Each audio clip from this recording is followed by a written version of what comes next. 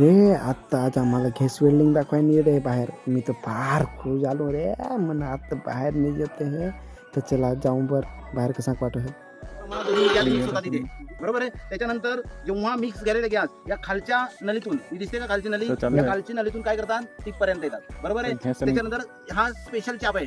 हा काय आहे, स्पेशल चाप. हा फक्त काय करतो, वरच्या नलीतून फक्त तुम्हाला ऑक्सिजन सोडेल, दुसरं कुठल्याही प्रकारचं. आणि याला आता किती बघा, मधलं आहे का इथे होल दिसतो प्रत्येकाला, या मधल्या याच्यातून फक्त ऑक्सिजन येईल. काय येईल, फक्त ऑक्सिजन.